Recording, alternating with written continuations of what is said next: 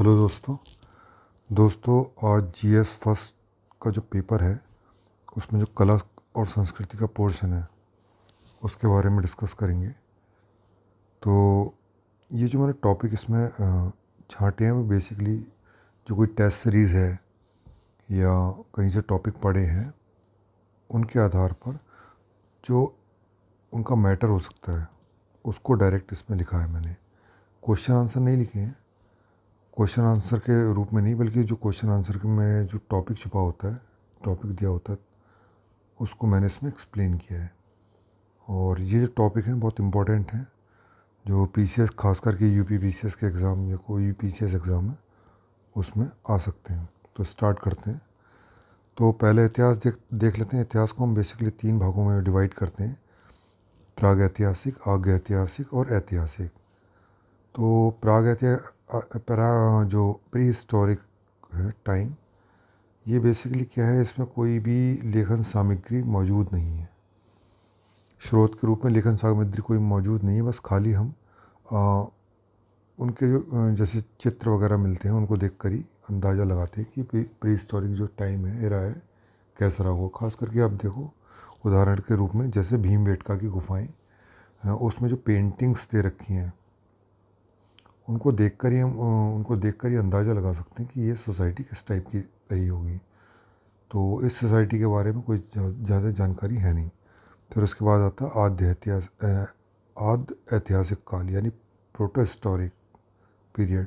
इसमें क्या होता है, लेखन सामग्री जो होती है उपलब्ध तो होती है लेकिन उसको अभी तक पढ़ा नहीं जा सका है, जैसे कि इंडस वैली सिविलाइजेशन में। और ऐतिहासिक क्या होता है, ऐतिहासिक इतिहास का वह पीरियड है जिसमें जो भी लेखन सामग्री है, जो भी प्राप्त हुई, उसे पढ़ा जा चुका है और समझा जा चुका है। तो इतिहास का जो विश्लेषण है, इतिहास की जानकारी है, वो इसी ऐतिहासिक पीरियड है ना, जो हिस्टोरिकल पीरियड है, उसके आधार पर हम जानते हैं। तो इतिहास को जानने के लिए इस समय के उपलब्ध साक्ष्य स्रोतों का प्रयोग किया जाता है। ये सामान्यतः जो साक्ष्य और स्रोत होते हैं सामान्यतः 3 प्रकार के होते हैं: पुरातात्विक स्रोत,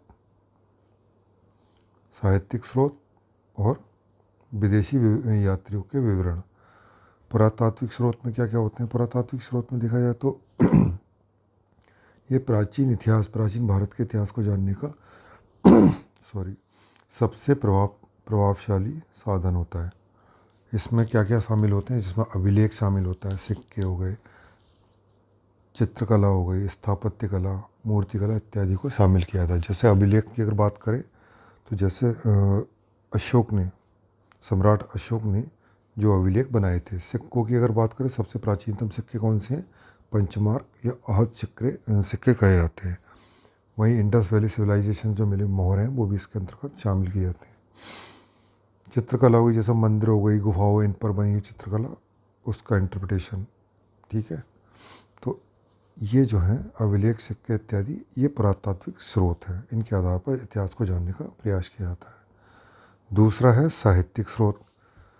तो साहित्यिक स्रोत ये 2 प्रकार के होते हैं, एक धार्मिक साहित्यिक स्रोत और एक धर्मनिरपेक्ष साहित्यिक स्रोत। धार्मिक में क्या होता है, जो जैसे वेद, उपनिषद, आरण्यक, ब्राह्मण, है ना, पुराण इत्यादि क्या होते हैं, ये जो है इनसे वैदिक काल या जो ऋग्वैदिक के बाद का काल है उसके बारे में जानकारी मिलती है। जैसे इसके बाद जैसे बौद्ध धर्म की जानकारी, बौद्ध धर्म में जो धार्मिक ग्रंथ हैं, त्रिपिटक, जातक कथा इत्यादि, इनके माध्यम से हमें उस समय के इतिहास की जानकारी मिलती है। धर्मनिरपेक्ष साहित्य कौन सा होता है? जैसे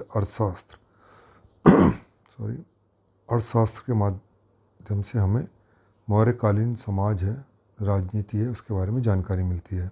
इसी प्रकार देखें संगमकालीन जो साहित्य, जैसे मणिमेखले, अलप्पादिकारम, कोरल इत्यादि के माध्यम से भी हमें तात्कालिक समय या संगमकालीन इतिहास की जानकारी मिलती है। ठीक, फिर आगे देखते हैं विदेशी यात्रियों के विवरण। जो विदेशी यात्री भारत आए उनका जो विवरण उन्होंने अपनी जो किसी किताब में लिखा है, किसी लेख में लिखा है उनके विवरण के आधार पर हम लोग भारतीय इतिहास की जानकारी प्राप्त करते हैं। जैसे देखा जाए मेगास्थनीज, इन्होंने जो इंडिका लिखी थी, तो इंडिका में इन्होंने मौर्यकालीन साम्राज्य, समाज इत्यादि के बारे में बताया था। ऐसे ही तुगलक वंश में के समय ये इब्न बतूता भारत आया था। इसकी जो पुस्तक थी रिहाला, उसमें काफ़ी अच्छा वर्णन किया गया है भारत के बारे में। ठीक है, तो हम इस प्रकार जो साहित्यिक इतिहास को जानने के लिए जो ऐतिहासिक स्रोत हैं, है ना, उनके माध्यम से हम इतिहास को जानते और समझते हैं। ठीक, अगला टॉपिक है पुरापाषाणकालीन चित्रकला तथा उसके माध्यम से तत्कालीन समाज की जानकारी। जो पुरापाषाणकालीन चित्रकला है, वो चित्रकला कैसी है, उसके आधार पर हम उस समय का जो समाज है उसके बारे में जानकारी कैसे प्राप्त कर सकते हैं। तो पुरापाषाणकालीन जो समय है वो इतिहास के प्राग ऐतिहासिक काल के अंतर्गत सम्मिलित किया जाता है। और प्राग ऐतिहासिक काल कौन सा होता है? वही जिसकी लेखन सामग्री उपलब्ध नहीं होती। ठीक है, तो इस समय के जो चित्र हैं, जो गुफाओं में चित्र बनाए गए हैं, केव्स में जो आर्ट बनाई गई हैं, उनके आधार पर ही हम लोग जानने का प्रयास करेंगे कि उनकी चित्रकला का ज्ञान और उनके समाज के विषय में। तो पुरापाषाणकालीन चित्रकला का एक उदाहरण ले लेते हैं, जैसे भीमबेटका की, जो कि विंध्यन श्रेणी में, उसकी गुफा देख लेते हैं। ठीक, तो इन चित्रकला की विशेषताएं क्या है? जो चित्रकारी की गई है, जो पत्थर होते हैं, पत्थरों को खुरेज कर की गई, यानी जो गुफाओं के पत्थर होते हैं या पत्थर बड़े होते हैं, उस पर खुरेज कर ये चित्रकारी की गई है। इसमें जो विषय हैं, पशु पक्षी, पेड़ पौधे, मनुष्य इत्यादि, ये देखा जाए तो धर्मनिरपेक्ष विषय, इसमें कोई धर्म का कोई उल्लेख नहीं है। ठीक है, इसमें सबसे बड़ी बात ये है कि रंगों का प्रयोग किया गया, वो भी हरे और लाल रंगों का इसमें प्रयोग किया गया। इस तरह के कुछ चित्र होते हैं उसमें। ठीक है, जैसे ये स्पीयर है, भाला है ना, मनुष्य हो गया, जानवर हो गया इसके। अब समाज के विषय में इन चित्रों के माध्यम से क्या जानकारी मिलती है? तो पहला तो ये खाद्य संग्रहक व आखेटक समाज है। क्यों? क्योंकि अधिकतर जो इनके चित्र हैं वो शिकार करते हुए दिखाए गए हैं, या पेड़ों से फल तोड़ते हुए। ठीक, समाज छोटे छोटे समूहों में विभाजित था। इसका पता कैसे लगा? जो चित्र बनाए, पेंटिंग्स बनाई गई हैं, उसमें दिखाया गया कि जैसे कोई शिकार कर रहे हैं, तो छोटे ग्रुप हैं। एक ग्रुप ये है, ये मिलकर शिकार कर रहा है, वही दूसरे एक छोटा ग्रुप वो मिलकर शिकार कर रहा है। तो इससे पता लगता है कि इनका समाज छोटे छोटे ग्रुप्स में डिवाइड था। ठीक है, तीसरा, ये अस्थायी निवासी थे जो भोजन की तलाश में एक स्थान से दूसरे स्थान को प्रवास करते थे। इसका भी हमें इनकी पेंटिंग से प्राप्त जानकारी मिली है। उसमें एक स्थान के बारे में उल्लेख किया गया है, मतलब बनाया गया है, फिर वहाँ से दूसरे स्थान पे कैसे आए उसके बारे में वर्णन किया गया है ना, चित्रों के माध्यम से दिखाया गया। तो अस्थायी निवासी होने की जानकारी मिलती है। स्त्रियों की स्थिति इसमें महत्वपूर्ण दिखाई जाती है। कैसे? जब ये शिकार जो करते थे, शिकार में स्त्रियां भी शामिल होती थी, उनको भी इसमें दिखाया गया है। दूसरा, स्त्रियों का जो बच्चों का लालन पालन है, बच्चों को पालन पोषण करते हुए भी चित्रों के माध्यम से दिखाया गया। तो इस प्रकार पुरापाषाणकालीन चित्रकला है, उसके आधार पर उनके समाज और चित्रकला के ज्ञान के बारे में हमें जानकारी मिलती है। तीसरा टॉपिक है मौर्यकालीन मूर्तिकला के विषय में की विशेषताएं क्या हैं। ये शायद यूपीएससी में आया था क्वेश्चन, उसी से टॉपिक लिया है मैंने ये। तो मौर्यकालीन जो मूर्ति कला का समय 323 बीसी से लेकर 185 बीसी तक का समय है। मौर्यकालीन मूर्ति कला को हम दो भागों में विभक्त करते हैं। एक तो राजकीय कला, दूसरी लोक कला। राजकीय में मतलब जो राज्य के संदेश है ना, राज्य के प्रयासों से बनाई जाती है, उसमें इसको शामिल किया गया। जबकि लोक कला के अंतर्गत जो आम जन जीवन से संबंधित जो विषय हैं, उनको मूर्ति के माध्यम से दिखाया गया है। ठीक है, तो राजकीय कला के अंतर्गत जैसे महल बनाए गए, चंद्रगुप्त मौर्य ने महल बनाया। ठीक है, स्तूप बनाए गए। अशोक के बारे में कहा जाता है करीबन इन्होंने 84,000 के आसपास स्तूप बनाए हैं। ऐसे ही जो गुफाएं बनाई गई हैं, जैसे बराबर की गुफाएं, नागार्जुनी गुफाएं, और सबसे महत्वपूर्ण है मौर्यकालीन मूर्तिकलाओं में स्तंभ। ये सबसे ज़्यादा महत्वपूर्ण है। तो बेसिकली मौर्यकालीन जो राजकीय कला है, मौर्यकालीन मूर्तिकला के अंतर्गत जो राजकीय कला है, हम लोग उसके अंतर्गत मूर्ति के बारे में ही पढ़ेंगे। वहीं दूसरी ओर देखा जाए तो लोक कला, इसके अंदर जो आम जीवन के विषय हैं उसको सम्मिलित किया गया है। जैसे प्रतिमा बनाई गई, यक्ष यक्षिणी की प्रतिमा बनाई गई, मृण मूर्तियाँ बनाई गई। जो मृण मूर्तियाँ मतलब जो मृदा के माध्यम से बनाई गई हैं, ठीक। तो इनके मूर्तियों, मौर्यकालीन मूर्तियों के विषय में अगर बात की जाए तो इनकी मूर्तियाँ मृदा और पत्थर से तो बनी हैं, ये मिलती हैं, लेकिन अभी तक कोई ऐसा प्रमाण नहीं मिला है जो इनने अपनी मूर्तियाँ धातु से बनाई हों। कुछ विद्वानों का मानना है कि इनकी मूर्ति कला पर जो ईरान, यूनान की कला का भी काफ़ी प्रभाव पड़ा है।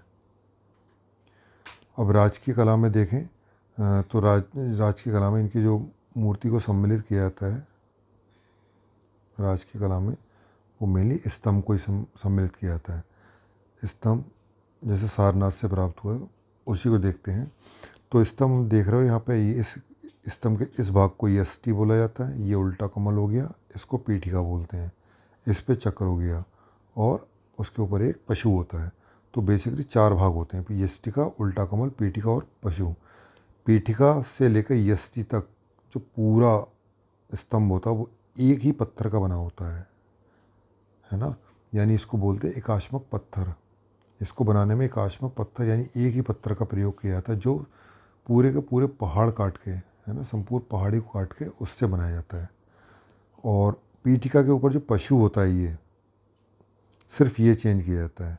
तो अब तक जितने भी स्तंभ मिले हैं मौर्यकालीन, उनमें केवल ये 4 प्रकार के पशु मिले हैं जो बदल बदल कर इन पर सबसे ऊपर दिखाए गए हैं। ये कौन कौन से पशु हैं? शेर, हाथी, बैल और घोड़ा। जो स्तंभ बनाए गए इसमें जो पत्थर का प्रयोग किया गया है वो तो बलुआ पत्थर और लाल पत्थर का प्रयोग किया गया है, जो कि चुनार क्षेत्र से प्राप्त होते हैं। इन स्तंभ पर जो पॉलिश की गई काफ़ी चमकदार है। जो पॉलिश के रासायनिक गुण हैं वो इतने बेस्ट हैं, इतने बेहतर हैं कि आज भी इन स्तंभों की पॉलिश बरकरार है। और ये जो स्तंभ हैं, ये बौद्ध धर्म के क्षणिकवाद से प्रेरित हैं, बौद्ध धर्म के क्षणिकवाद से प्रेरित हैं, ठीक। और अगला पॉइंट है कि ये स्तंभ मौर्यकालीन साम्राज्य, राज्य की शक्ति और वैभव के परिचायक हैं, प्रतीक हैं, ठीक। तो ये तो हो गया राजकीय कला। अब दूसरी देख लेते हैं लोक कला। इसके अंतर्गत कौन सी मूर्तियाँ शामिल गई? तो इसके अंतर्गत जो मूर्तियाँ बनाई गई वो बेसिकली आम जीवन से संबंधित मूर्तियाँ थीं। जैसे दीदारगंज में यक्ष यक्षिणी की मूर्ति प्राप्त हुई, जो काफ़ी भव्य है इनकी। दूसरा, ये बनाते थे मृण मूर्तियाँ यानी मृदा से, ठीक है। और सबसे बड़ी खास बात थी मृदा की ये मूर्तियाँ सांचों में ढालकर बनाया जाता था इनको। इनके विषय सामान्यतः धर्मनिरपेक्षी होते थे, जैसे पेड़ पौधे, खिलौने, मानव इत्यादि का इसमें इनको बनाया जाता था। हालांकि मौर्यकालीन जो मूर्तिकला इतनी उत्कृष्ट नहीं थी जितनी इनके बाद जो आई मौर्य उत्तरकालीन, यानी जो गंधार शैली है, मथुरा शैली की जो मूर्तिकला है उसमें दिखाई देती है। लेकिन जो मौर्यकालीन मूर्तिकला है इसका प्राचीन भारत के इतिहास में एक महत्वपूर्ण स्थान है। अगला टॉपिक है कि जो इंडस वैली सिविलाइजेशन है, सिंधु घाटी सभ्यता, उसकी जो सांस्कृतिक विशेषताएं हैं और उनका वर्तमान में आज कैसा प्रभाव है, इसके बारे में पढ़ेंगे। यानी इंडस वैली सिविलाइजेशन की विशेषताएं, उन विशेषताओं को हमारी जो जनरेशन, जो सभ्यता है, जो संस्कृति है आज की, वो कैसे कैरी कर रही है, उसके बारे में हम लोग उसके बारे में बात करेंगे। तो इंडस वैली सिविलाइजेशन के बारे में जानते हैं। सबसे प्राचीन सभ्यताओं में से एक है, सांस्कृतिक विविधता से परिपूर्ण है। न सिर्फ भारतीय इतिहास को इसने समृद्ध बनाया, बल्कि उसके प्रभाव हम देखा जाए तो आज भी हमारे जो संस्कृति है उस पर स्पष्ट रूप से देखा जा सकता है। तो पहली विशेषता की बात कर लेते हैं, धर्म। तो धर्म में जो इंडस वैली सिविलाइजेशन में जिसकी पूजा करी जाती थी, लिंग पूजा काफ़ी प्रचलित थी। और आज भी भारतीय हिंदू समाज में देखो शिवलिंग की पूजा की जाती है।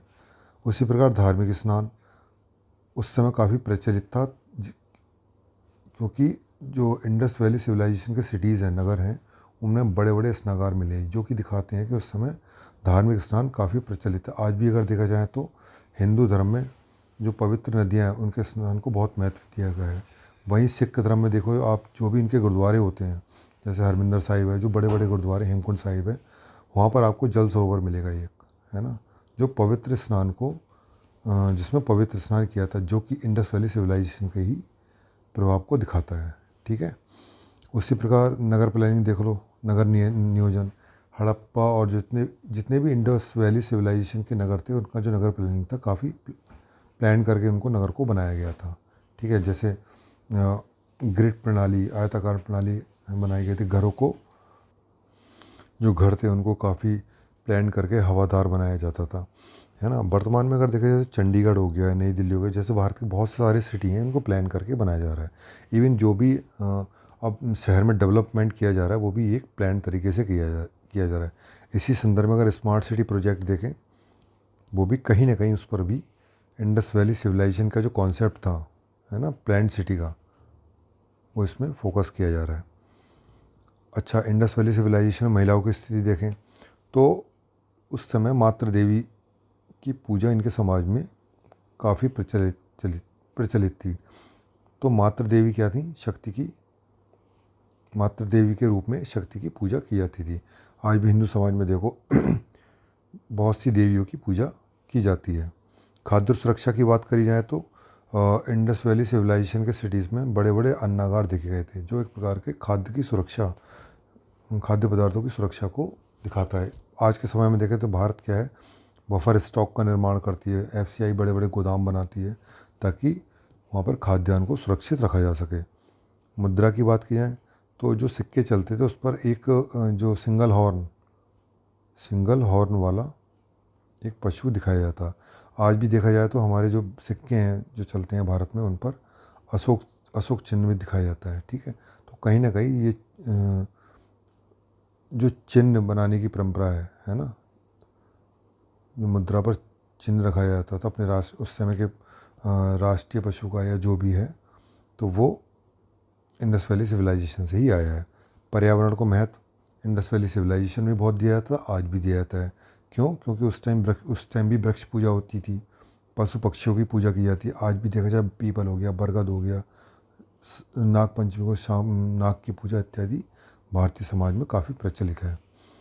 स्वच्छता और स्वास्थ्य पर भी इंडस वैली सिविलाइजेशन में काफ़ी महत्व दिया जाता रहा होगा। जैसे देखें तो उनकी जो नगरों की नालियाँ थीं वो ढकी हुई थी, जो कहीं ना कहीं ये दिखाती हैं स्वच्छता के प्रति जागरूकता को दर्शाती हैं।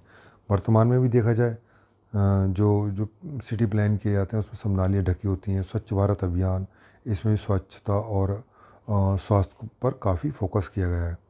इसी प्रकार देखें मृदभांड यानी बर्तन, तो उस समय मिट्टी के बर्तन बनाए जाते थे जिनको लाल काला मृदभांड कहा जाता है। रेड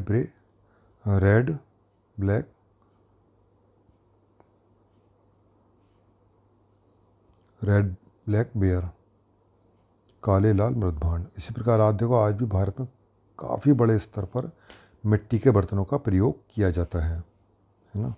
जल संरक्षण, इंडस वैली सिविलाइजेशन में बड़े बड़े स्नानागार मिले थे जिनमें धार्मिक स्नान होता था। आज भी अगर एक प्रकार से ये जल संरक्षण के उदाहरण है। आज भी देखो मंदिरों के अंदर सरोवर बनाए जाते हैं, पक्के तालाब, है ना, बनाए जाते हैं, चाहे वो हिंदू धर्म से संबंधित मंदिर हो या फिर बौद्ध धर्म, सिख धर्म के तुम्हारे टेम्पल्स हों, उनके अंदर आपको जल संरक्षण की व्यवस्था ज़रूर देखने को मिलेगी। आप जैसे नानक मत्ते जाओ, नानक मत्ता उत्तरांचल में स्थित है, सिख धर्म के लिए काफ़ी बड़ा फेमस है। यहाँ पर काफ़ी बड़ा रिजर्वायर है ना। तो ये भी एक जल संरक्षण को दिखाता है। उसी प्रकार इनके समाज में, इंडस वैली सिविलाइजेशन में चूड़ियाँ और सिंदूर की प्राप्ति हुई है। आज भी हिंदू समाज और सिख समाज में देखा जाए तो व्यापक रूप से चूड़ी और सिंदूर का प्रचलन है। ठीक है। तो इस प्रकार देखा जाए तो इंडस वैली सिविलाइजेशन की जो भी विशेषताएं वो कहीं ना कहीं आज भी भारतीय समाज में दिखाई देती है। इस संदर्भ में हटिंगटन ने एक बात कही थी कि सभ्यताएं जरूर समाप्त हो जाती हैं, लेकिन उनके प्रभाव आने वाली कई सभ्यता और संस्कृति पर पड़ता है या दिखाई देता है। ठीक, तो अगला टॉपिक है हमारा भारतीय दर्शन की विशेषताएं। तो भारतीय दार्शनिक परंपरा देखा जाए तो जैसा कि हम जानते हैं काफ़ी पुरानी है, जिसमें अनेक परस्पर विरोधी मतों तथा विचारधाराओं का अस्तित्व दिखाई देता है ना। और ये भारतीय दर्शन की परंपरा को एक विशिष्टता प्रदान करती है ना। अगर विशेषता की बात करें तो सबसे पहले अगर हम भारतीय दर्शन की बात करें तो भारतीय दर्शन की जो उत्पत्ति हुई है आध्यात्मिक असंतोष से हुई है ना। आध्यात्मिक असंतोष का मतलब जैसे आफ्टर लाइफ क्या क्या क्या होता है, आज इंसान जब मर जाता है तो क्या है ना। इंसान के जीवन में दुख सुख दुख क्यों है ना, इनसे मुक्ति कैसे मिलेगी, इन्हीं प्रश्नों पर विचार करने से भारतीय दर्शन की उत्पत्ति हुई। और भारतीय दर्शन का जो सर्वोच्च लक्ष्य है, जो जो जो इस आध्यात्मिक असंतोष से उत्पन्न हुई पीड़ा और दुख से मुक्ति ही पाना है, मनुष्य का सर्वोच्च लक्ष्य बताया गया है। और ये मुक्ति क्या कहलाती है, इसी मुक्ति को मोक्ष की संज्ञा दी जाती है। पश्चिमी दर्शन के विपरीत भारतीय जो दर्शन है, जो दार्शनिक प्रश्न होते हैं है ना, उन पर काफ़ी गहन सूक्ष्म विश्लेषण किया है। अब ये दार्शनिक प्रश्न कौन से होते हैं, ज्ञान मीमांसा से संबंधित होते हैं, तत्व मीमांसा, नीति मीमांसा से संबंधित प्रश्न। ज्ञान एपिस्टेमोलॉजी यानी ज्ञान मीमांसा के अंतर्गत ज्ञान क्या होता है, ज्ञान के स्रोत क्या है, इसके बारे में काफ़ी चिंतन किया गया है। तत्व मीमांसा में ईश्वर जगत आत्मा के विषय में चिंतन किया गया है। नीति मीमांसा, इसमें बताया गया कि मोक्ष प्राप्ति कैसे हो, साथ ही मोक्ष प्राप्ति हेतु कौन कौन से नैतिक मानदंड इसमें शामिल किए गए हैं। नाम से लिखा है नीतिशास्त्र, तो इसमें नैतिक मानदंडों का काफ़ी विस्तृत उल्लेख किया गया है।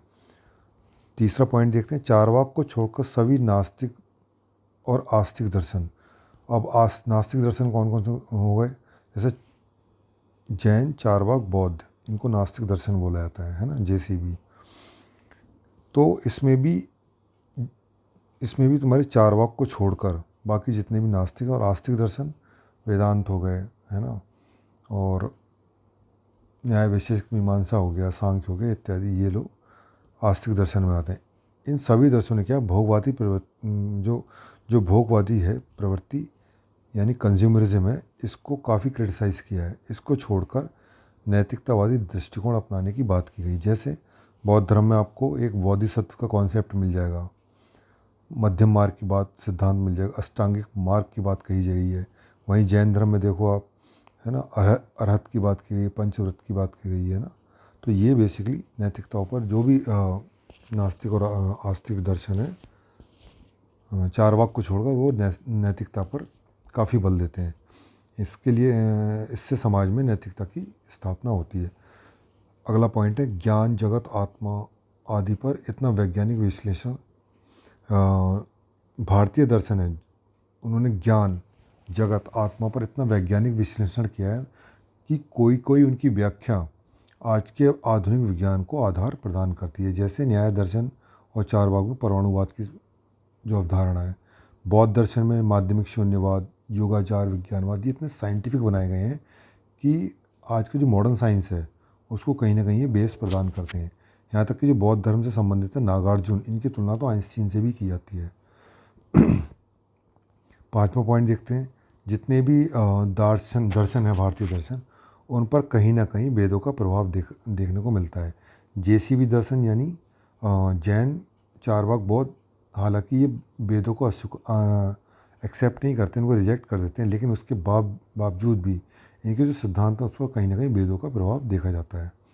ठीक है, अगला पॉइंट है क्षण दर्शन। क्षण दर्शन मतलब जो आस्तिक दर्शन है, जिनकी वेदों में मान्यता है, जो वेदों को मानते हैं। इन क्षण दर्शन ने मोक्ष प्राप्ति हेतु अलग अलग मार्गों का उल्लेख किया है। जैसे किसी ने ज्ञान मार्ग, मोक्ष प्राप्ति के लिए ज्ञान मार्ग की बात करी है, किसी ने कर्म मार्ग की बात करी है, किसी ने भक्ति मार्ग की बात करी है ना। तो जैसे अद्वैत वेदांत ने मोक्ष प्राप्ति के लिए ज्ञान मार्ग की बात कही है ना। कर्म मार्ग की बात कौन करता है, वो मीमांसा दर्शन करता है।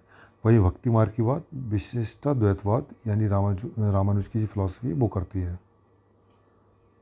अगला पॉइंट है, जो भारतीय दर्शन का जो विकास है ना, पश्चिम दर्शन के विपरीत एक विकास समानांतर क्रम में हुआ है। पश्चिम दर्शन में क्या दर्शन का विकास कैसे हुआ? जैसे कोई दार्शनिक आया, उसने अपना सिद्धांत दिया, ठीक, फिर उसके बाद इसको क्रिटिसाइज़ करने वाला आया, पहले इसने इसको क्रिटिसाइज़ किया, फिर अपना एक नया सिद्धांत दे दिया, फिर तीसरा दार्शनिक आया, इसने पहले वाले का क्रिटिसाइज़ किया और अपना एक सिद्धांत दिया। तो ऐसे क्रमबद्ध श्रृंखला चलती रही। जबकि भारत में जैन, बौद्ध, चारवाक और न्याय, वैशेषिक मीमांसा और सांख्य इत्यादि ये समानांतर रूप से विकसित हुए हैं। एक दूसरे को क्रिटिसाइज़ भी किया इन्होंने और समानांतर रूप से विकास हुआ है, ठीक है। जिस कारण भारतीय दर्शन बहुत ज़्यादा रैशनल, बहुत ज़्यादा तार्किक बन गया है, क्योंकि इनका विकास समानांतर रूप से हुआ है, ठीक। तो ये भारतीय दर्शन की विशेषताएं हो गई। अगला टॉपिक हम लोग देखते हैं भारतीय मंदिर स्थापत्य कला, इसके विषय में जान लेते हैं। तो मंदिर क्या होते हैं? देवी देवताओं का निवास स्थान इनको बोला जाता है, ठीक है, जिसे देवालय भी कह दिया जाता है। मंदिर क्या होते हैं? विभिन्न कलाओं का संगम होते हैं, जैसे वास्तुकला, मूर्तिकला, चित्रकला, नृत्य, संगीत इत्यादि। ये इतनी सारी कलाएं हैं, इनका संगम मंदिर में देखने को मिलता है। मंदिर स्थापत्य कला की बात करें तो मंदिर स्थापत्य कला से तात्पर्य मंदिर के निर्माण की शैली है ना। शिल्प शास्त्र में क्षेत्रीय विशेषताओं के आधार पर मंदिर निर्माण की शैली है उसको 3 भागों में डिवाइड किया गया है: नागर शैली, द्रविड़ शैली और बेसर शैली। हिमालय से लेकर जो विंध्यन पर्वत है यहाँ तक, इसमें नागर शैली का प्रचलन देखा गया है। जबकि कृष्णा नदी घाटी से लेकर कन्याकुमारी तक ये जो क्षेत्र है, इसमें द्रविड़ शैली का। विंध्यन क्षेत्र और कृष्णा घाटी के क्षेत्र के बीच का क्षेत्र है, इसमें जो मंदिर शैली का निर्माण विकास हुआ है वो बेसर शैली। यहाँ पे कृष्णा घाटी से लेकर कन्याकुमारी तक द्रविड़ शैली का और विंध्यन से लेकर कृष्णा घाटी तक बेसर शैली का विकास किया गया है। तो नागर शैली के बारे में बात कर लेते हैं। इसका क्षेत्र कौन सा है? उत्तर भारत में मिलती है, खास करके हिमालय से लेकर विंध्यन पर्वत के बीच में। ये इनकी मंदिर का स्टाइल है। एक इसमें ऊंचा सा प्लेटफॉर्म बनाया जाता है पहले धरातल के ऊपर, इसके जागती बोलते हैं। जागती के ऊपर मंदिर का निर्माण किया जाता है ना। तो इनका ये जो गर्भगृह होता है ये वर्गाकार है और इसमें है प्राण प्रतिष्ठान, यानी मूर्ति की स्थापना की जाती है। गर्भगृह के चारों ओर एक अंतराल होता है जिसको प्रदक्षिणापत्र बोल दिया जाता है, ठीक है। इनका जो शिखर है, शिखर देखेंगे तो गर्भगृह के ऊपर जो शिखर बनाया गया है ये वक्राकार रेखीय होता है, इसको आर्य शिखर भी बोला जाता है। इसके ऊपर सर्वोच्च शिखर के ऊपर आमलक और कलश दिखाई देता है, ठीक। आमलक क्या होता है? आमलक एक चक्राकार संरचना होती है, ये वाली है ना, जो गति का प्रचायक है। सहायक संरचना के बारे में बात करें तो गर्भगृह के सामने मंडप, महामंडप, मंडप, अर्धमंडप होते हैं। ये है सहायक संरचनाओं के रूप में होते हैं। इसमें एक नागर शैली में पंचायन शैली की बात की गई है। सभी तो नहीं, लेकिन कुछ मंदिर जो है जो पंचायन शैली पर बने हुए हैं। इसमें क्या होता है, इसके केंद्र में एक विशाल और मुख्य मंदिर होता है, जबकि कोनों पर सहायक मंदिर। कुछ ऐसा डिज़ाइन होता है इसका। बीच में शिव मंदिर जो मुख्य मंदिर है, चारों कोनों पर ये पार्वती जी का मंदिर होगा, गणेश जी का मंदिर, नंदी का मंदिर और कार्तिकेय जी का मंदिर, ये सहायक मंदिर के रूप में विद्यमान होते हैं। अगला है द्रविड़ स्टाइल को हम देख लेते हैं। द्रविड़ स्टाइल जो कि मिलती है हमें